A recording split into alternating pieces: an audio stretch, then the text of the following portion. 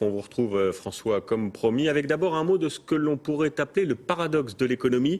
D'un côté, une croissance atone, de l'autre, des bourses euphoriques. Comment l'expliquer ?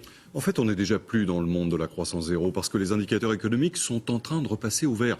C'est du vert pâle, mais c'est du vert quand même. L'emploi intérimaire, par exemple, repart à la hausse, c'est un signe avant-coureur. Dès le premier trimestre, on devrait avoir une croissance supérieure à celle de l'année dernière. C'est tout ça qui explique en partie le rebond de la bourse, d'autant que les boursiers sont un peu comme des enfants. Ils exagèrent tout, le pire comme le meilleur.